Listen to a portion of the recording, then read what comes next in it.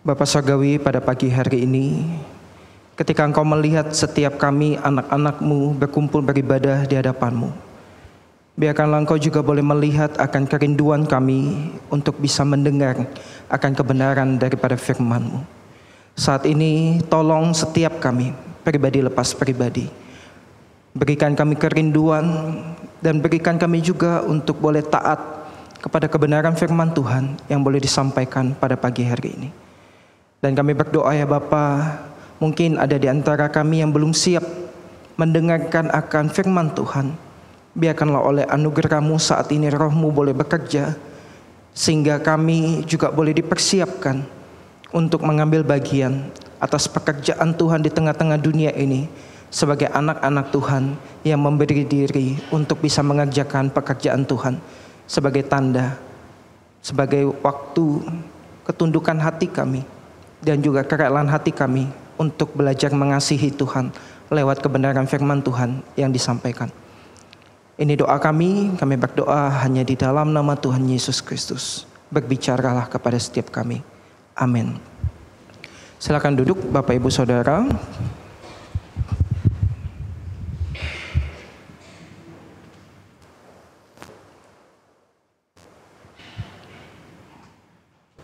Bisa dibantu dari awal ya.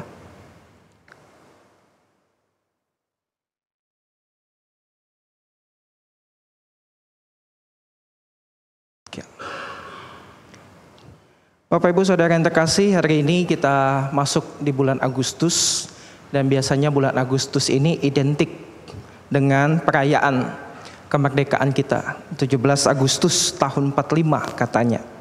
Dan biasanya memasuki bulan Agustus ini untuk menunjukkan jiwa cinta bangsa kita, jiwa patriotisme kita, nasionalisme kita, biasanya mulai di sekolah-sekolah ataupun juga di perkantoran ramai dengan nuansa merah putih, serta juga aktivitas yang menunjukkan jiwa-jiwa patriotismenya ini.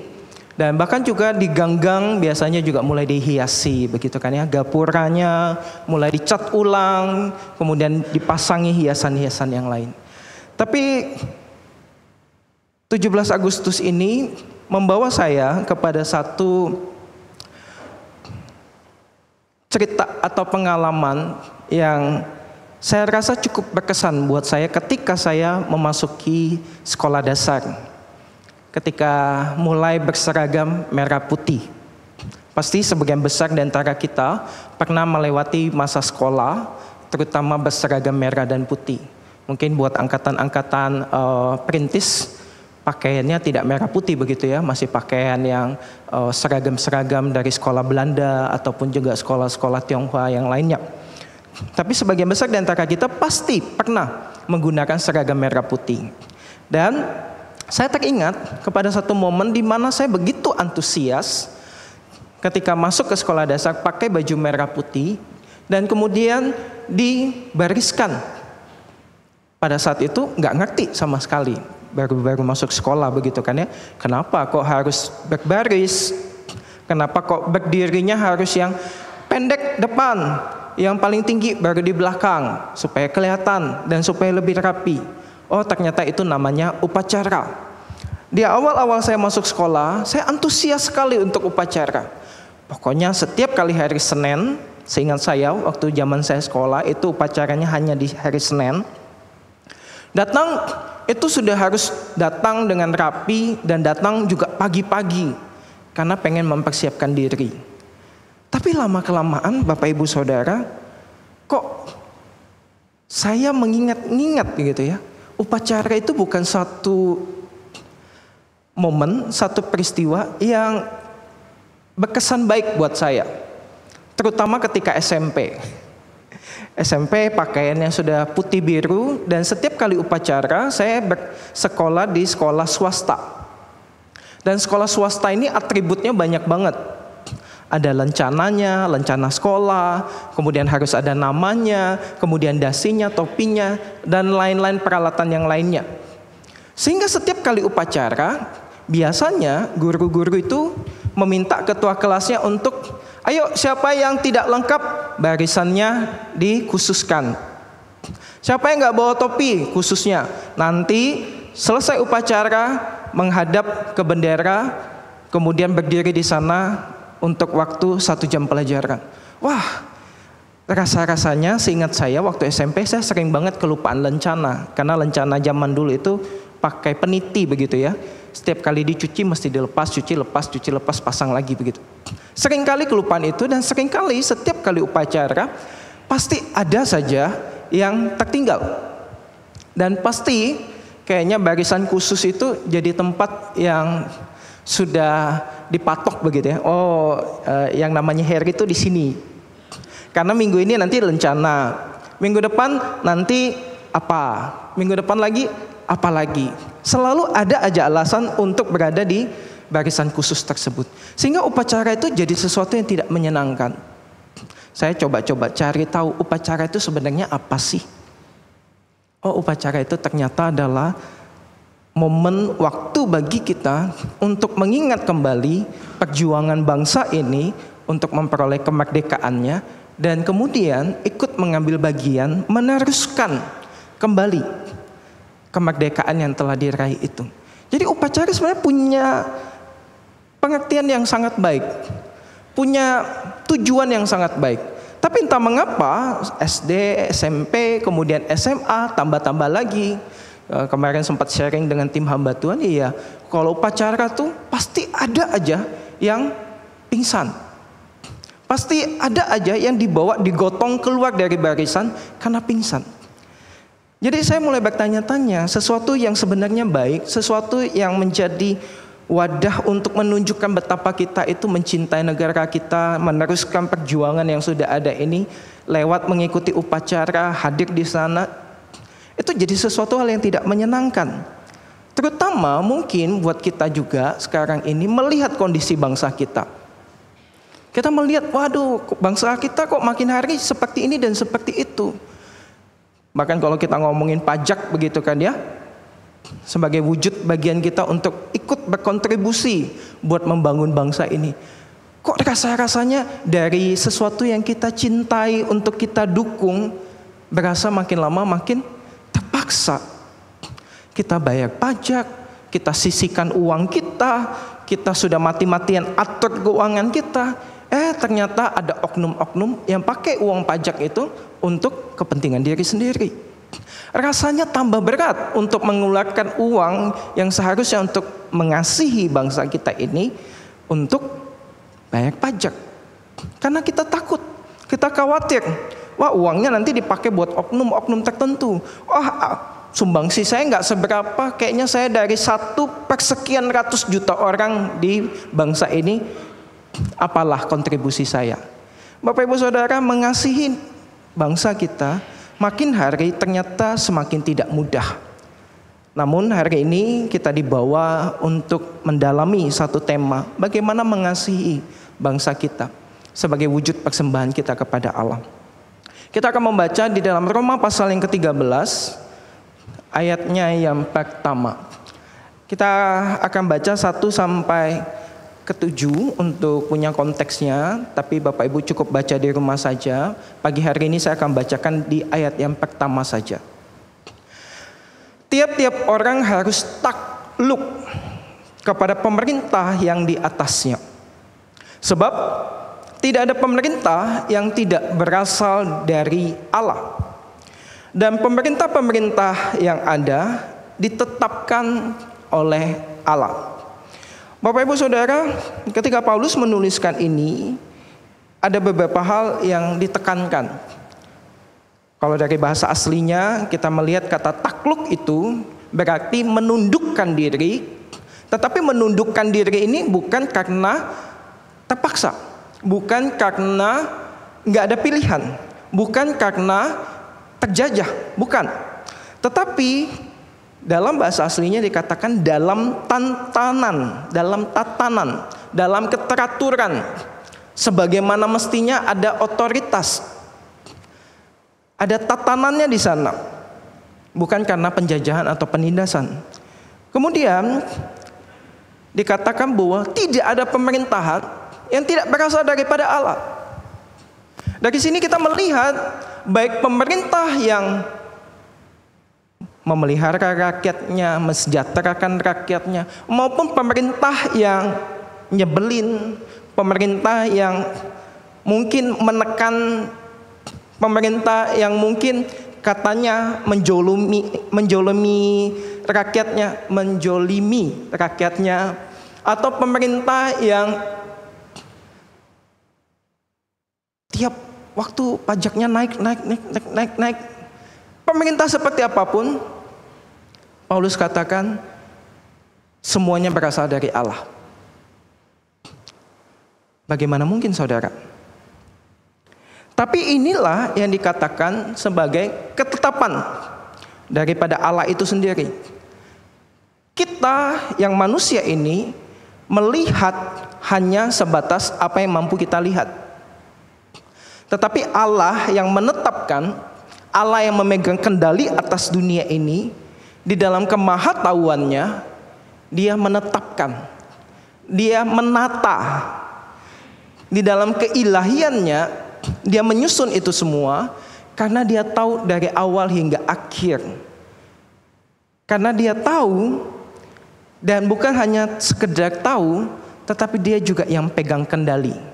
Jadi sebejat apapun sebuah negara, sekasar apapun sebuah negara terhadap rakyatnya, Tuhan masih pegang kendali.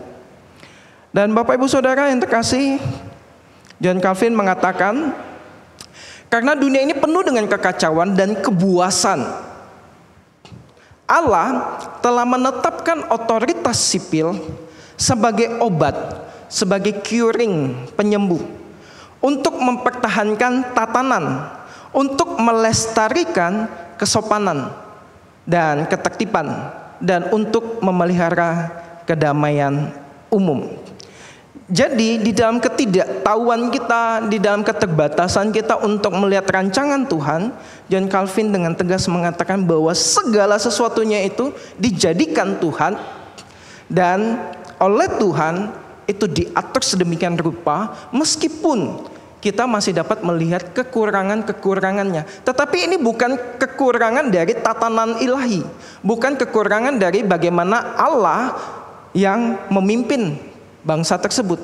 Tetapi ini ada kekurangan-kekurangan yang kita lihat yang terdapat di dalam oknum-oknum pemimpin-pemimpin bangsa kita.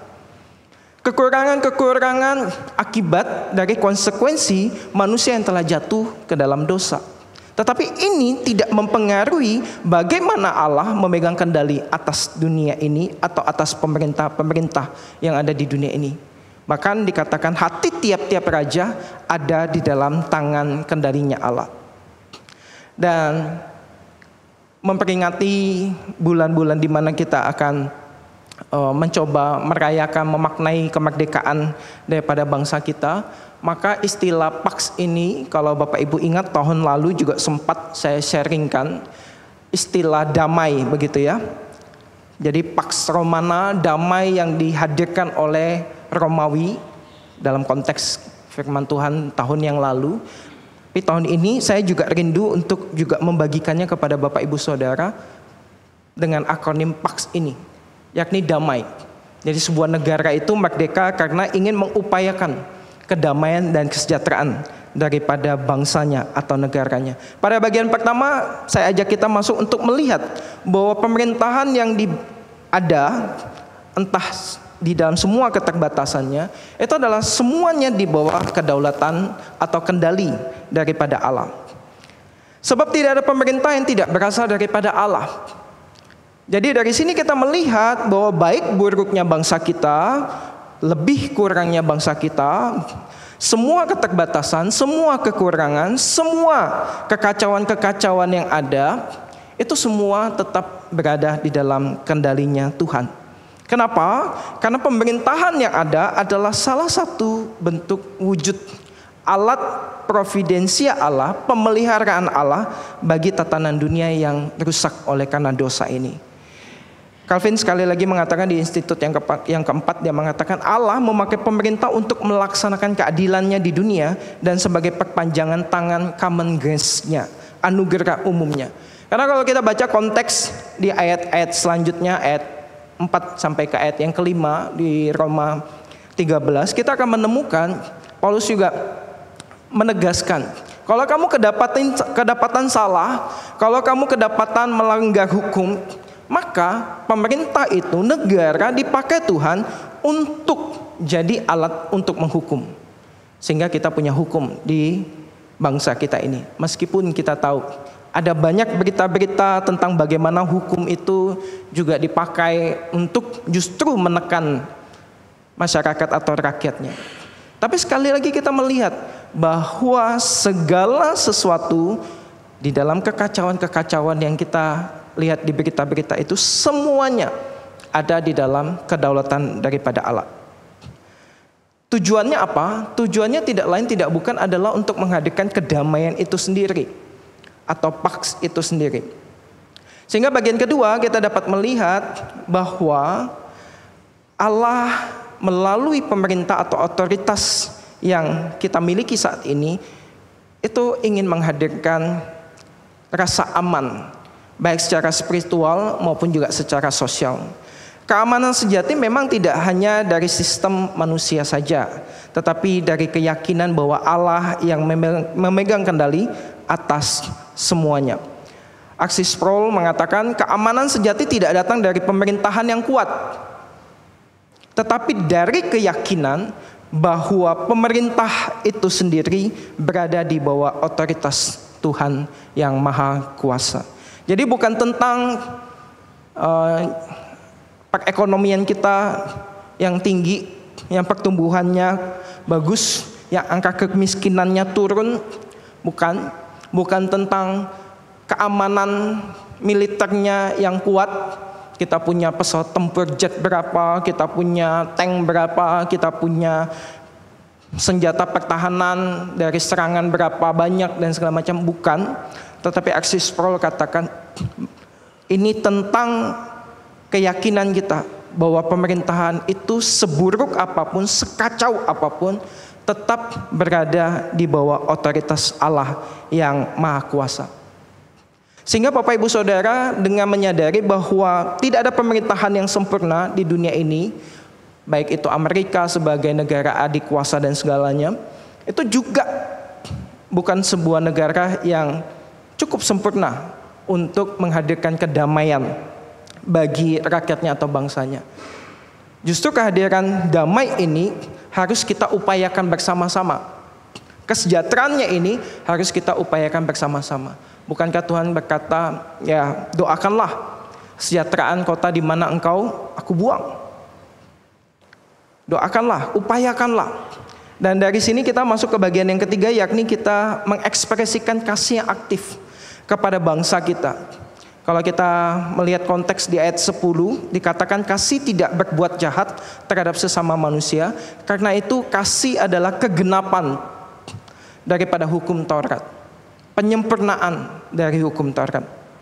Tim Keller dalam bukunya Center Church mengatakan kasih yang sejati kepada negara tidak mengutuskan negara itu sendiri, tetapi mengarah pada pelayanan aktif demi kesejahteraan masyarakat dan kemuliaan Tuhan. Berbicara cara mengasihi bangsa kita, negara kita, ada banyak sekali hal yang bisa kita kerjakan. Hal yang paling mudah, paling sederhana adalah bayar pajak. Tetapi justru yang paling mudah ini paling sulit untuk kita lakukan, karena kecenderungan hati kita melihat bahwa apa yang kita berikan, apa yang kita tunjukkan melalui taat bayar pajak itu, ternyata oleh oknum-oknum itu dipakai untuk hal-hal yang tidak tepat. Namun Bapak Ibu Saudara, kalau kita membaca di Matius pasal 22, di sana kita melihat bahwa orang-orang Farisi, ya kalau tidak salah orang-orang Farisi datang kepada Tuhan Yesus dan memprovokasi Tuhan Yesus di sana. Mereka bertanya kepada Tuhan Yesus, menurutmu, kita harus bayar pajak kemana? Ke bait Allah, ke Allah, atau ke pemerintah? Yang mana notabene pada saat itu pemerintahannya adalah pemerintahan Romawi yang dipimpin oleh kaisar-kaisar di wilayah-wilayah kecil mereka. Dan Yesus menjawab, uang itu gambarnya, tulisannya apa? Dan orang-orang yang bertanya kepada Yesus itu menjawab, ya ini kepada kaisar. Dan dengan sederhana Tuhan Yesus bilang, maka bayarkanlah pajak itu ke kaisar. Dan di Matius pasal 17 kita juga akan menemukan kisah tentang cukai atau pajak bait Allah. Ketika Yesus berada di Kapernaum, orang-orang datang kepada Yesus dan juga bertanya kepada Yesus. Seorang pemungut cukai ngomong kepada Petrus, muridnya, itu Yesus bayar pajak enggak? Pajak 2 dirham itu. Lalu Petrus mungkin dengan gengsinya menjawab, bayar dong. Lalu Petrus menghampiri Tuhan di dalam rumah. Sebelum Petrus sempat menyampaikan apa yang terjadi, apa yang dia dapati di luar, Yesus berkata kepada Petrus, Petrus, bagaimana menurutmu? Pajak ini diambil dari orang asing atau oleh rakyatnya? Dan Petrus menjawab, oleh orang asing. Tapi Yesus menyuruh Petrus pergi ke danau untuk mancing. Lucu ya, lagi butuh duit buat bayar pajak, tapi Petrus disuruh mancing ke danau. Dan ikan yang pertama yang didapat oleh Petrus, Tuhan Yesus katakan, bukalah mulutnya dan ambillah uang dari sana. Jadi di dalam mulut ikan ini ada uang. Dan Yesus berkata, bayarkanlah 4 dirham pajak cukai itu kepada pengungut cukai itu. 2 dirham untukku, 2 dirham untukmu. Bapak Ibu Saudara yang terkasih, kita melihat bahwa di sana ada beberapa extra miles yang Yesus lakukan. Pertama, pajak yang dikenakan, pajak cukai yang dikenakan, Petrus paham dan menjawab bahwa pajak itu harusnya untuk orang asing. Tetapi Yesus membayarkannya. Kalau kita lihat makna teologisnya lebih dalam, kita mendapati, loh kenapa Yesus mesti bayar pajak buat rumahnya sendiri, bait Allah? Dia kan anak Allah. Kenapa dia mesti bayar untuk rumahnya sendiri? Tetapi Yesus melakukan itu. Dan bukan cuma pajak 2 dirham untuk dirinya, tapi juga untuk Petrus. Kenapa Bapak Ibu Saudara? Karena Yesus mau mengajarkan kepada kita, membayar pajak bukan tentang hanya sekedar kewajiban ataupun ketaatan. Tetapi membayar pajak ini adalah untuk bukti, menunjukkan kasih. Dan untuk juga memperlihatkan kepada kita bahwa ini adalah hak istimewa kita yang diberikan kepada kita, supaya kita bisa pakai untuk menunjukkan kasih kita kepada negara kita. Kenapa? Karena di Matius pasal 17 juga dikatakan supaya kita tidak jadi batu sandungan. Oh, kamu orang beragama, jadi taunya cuma kasih persembahan di gereja. No. Tuhan katakan, apa yang bagi kaisar, berikanlah kepada kaisar. Apa yang bagi Allah, berikanlah kepada Allah. Susah nggak Bapak Ibu? Terasa-rasanya nggak susah. Kenapa? Saya mau coba main dulu sama Bapak Ibu Saudara ya.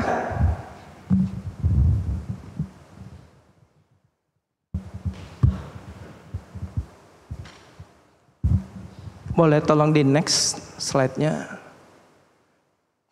Bapak Ibu Saudara, di sini ada 3 gambar. Gambar yang pertama keranjang ini.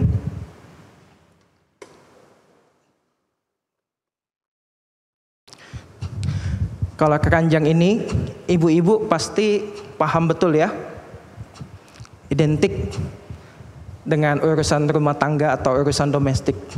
Kemudian ada tempat untuk jemur handuk. Dan yang ketiga, ada dompet. Saya ini bukan orang yang biasa pakai dompet. Jadi ini saya ambil tas kecil.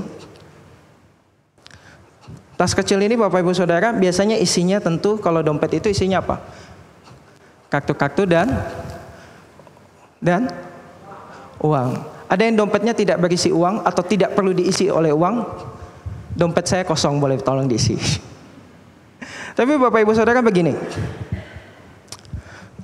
Kalau baju kotor, kita tahu harus taruh di, biasanya ibu-ibu yang paling teriak-teriak, paling tahu nih. taruh di keranjang pakaian. Kalau handuk kotor, taruh di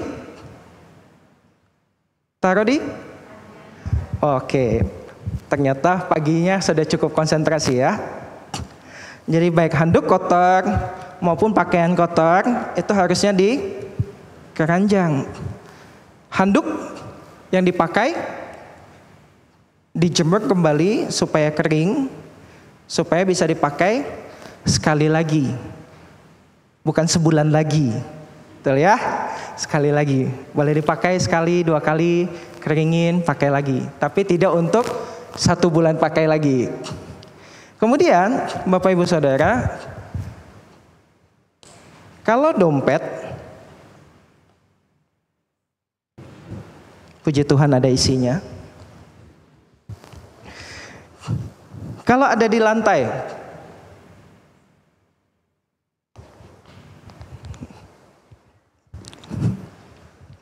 apakah diam-diam diambil? Apakah diam-diam diambil? Diambil. Tapi Cik Monik ini punya Cik Monik kah? Cik Monik punya kah? Oh, jangan ngaku-ngaku loh, tadi baru ngaku dosa loh. Bukan. Tapi kalau kita nemu uang, pasti kita akan tanya dulu. Ada yang jatuh uangnya, ada yang merasa hilang uangnya. Kalau tidak ada, kita nggak ada budaya bawa ke kantor polisi ya. Kita budayanya apa? Ya udahlah, simpan dah. Biasanya begitu ya. Tapi Bapak Ibu Saudara, seperti Tuhan Yesus katakan, uang itu gambarnya siapa? Tulisannya apa? Uang kita gambarnya memang para pahlawan, karena kita tidak dibawa ke kekaisaran. Dan kemudian tulisannya adalah Bank Indonesia. Jadi uang ini kalau berada di dompet, biasanya, maaf ini ibu-ibu lagi, ibu-ibu tuh punya beberapa kantong, benar nggak? Kantongnya kadang bahkan biasanya ada 1000. Ada banyak banget gitu ya. Kantong ini, kantong itu, kantong ini, dan kantong itu. Betul ya? Kalau ada uang masuk ke dompet ini, biasanya kita cenderung untuk satu tempat aja.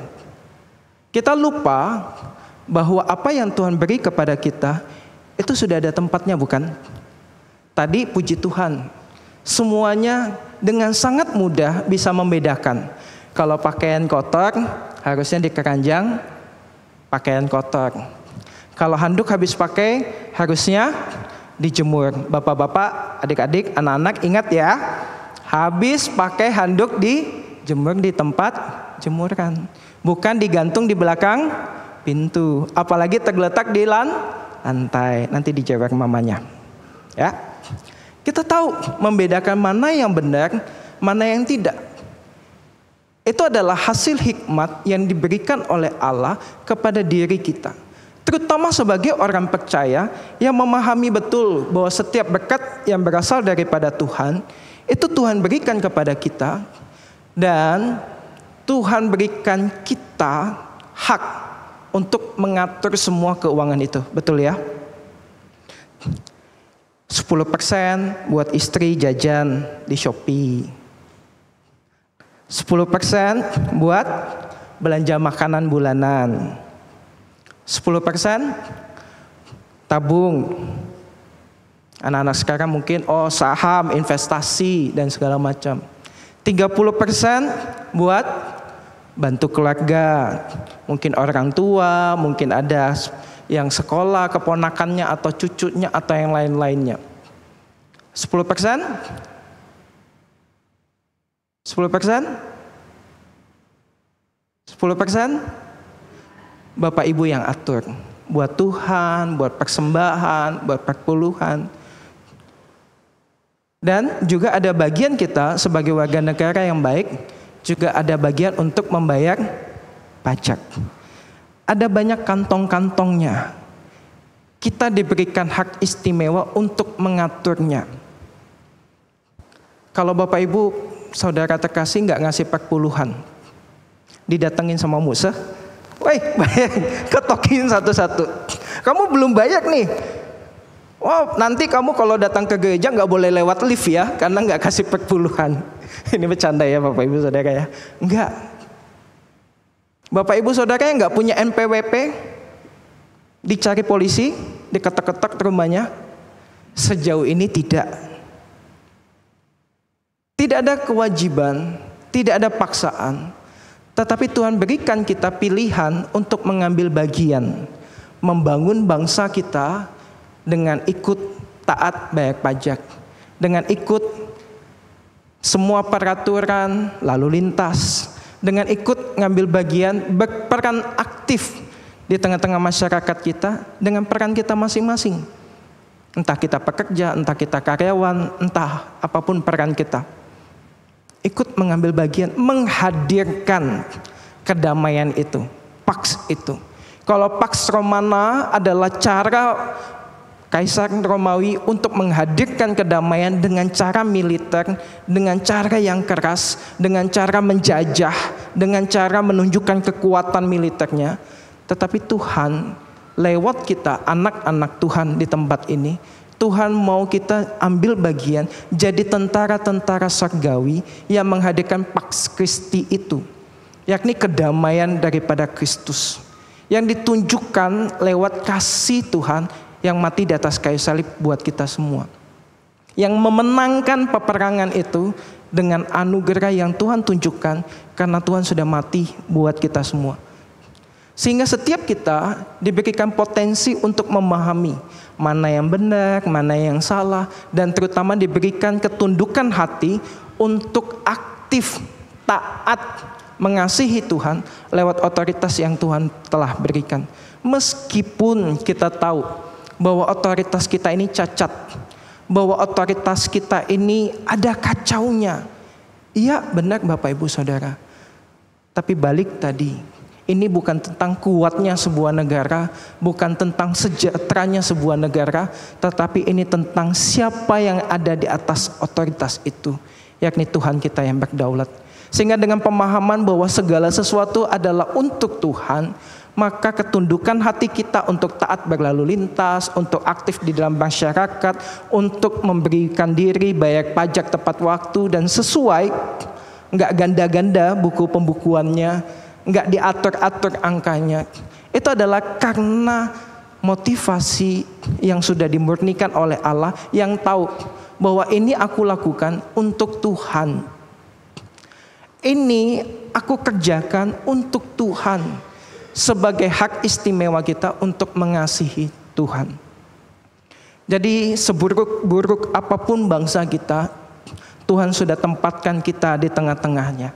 Dan Tuhan ingin kita aktif ambil bagian menghadirkan kedamaian Tuhan di tengah-tengah bangsa kita yang mungkin buat kita kacau balau, yang mungkin buat kita kok kayaknya suram, sampai ada tagline Indonesia gelap tahun ini dan tahun sekian.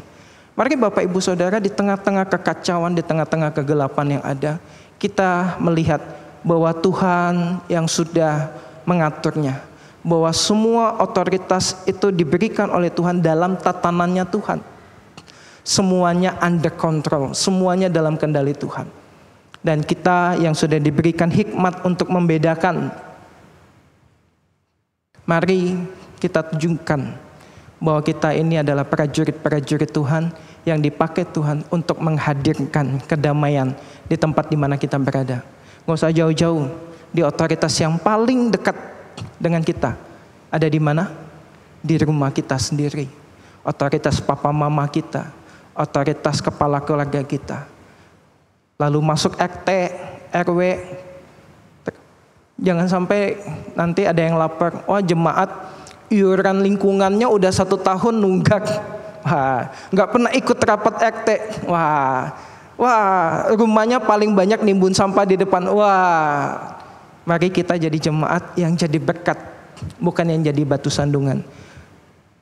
Mari kita tunjukkan kasih kita kepada bangsa kita, lingkungan kita, karena kita tahu kepadanya kita mengasihi Tuhan. Mari kita tundukkan kepala, kita berdoa. Bapak, ini setiap kami anak-anak-Mu yang di dalam keterbatasannya mencoba untuk bisa mengasihi-Mu lewat bangsa ini. Meskipun tidak mudah karena kami melihat ada begitu banyak hal yang membuat kami enggan untuk menunjukkan kasih kami kepada bangsa kami. Karena kami melihat begitu banyak oknum-oknum yang memperparah dan juga membuat negara ini jadi kacau.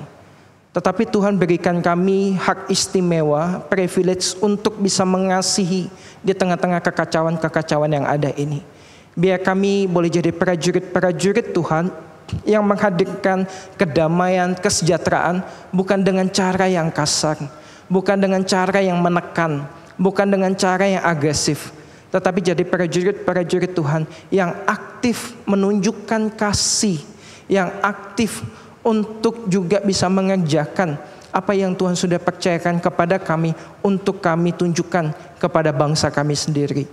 Mungkin kerap kali kami bertanya, apa yang bangsa ini berikan kepada kami sehingga layak untuk kami kasihi.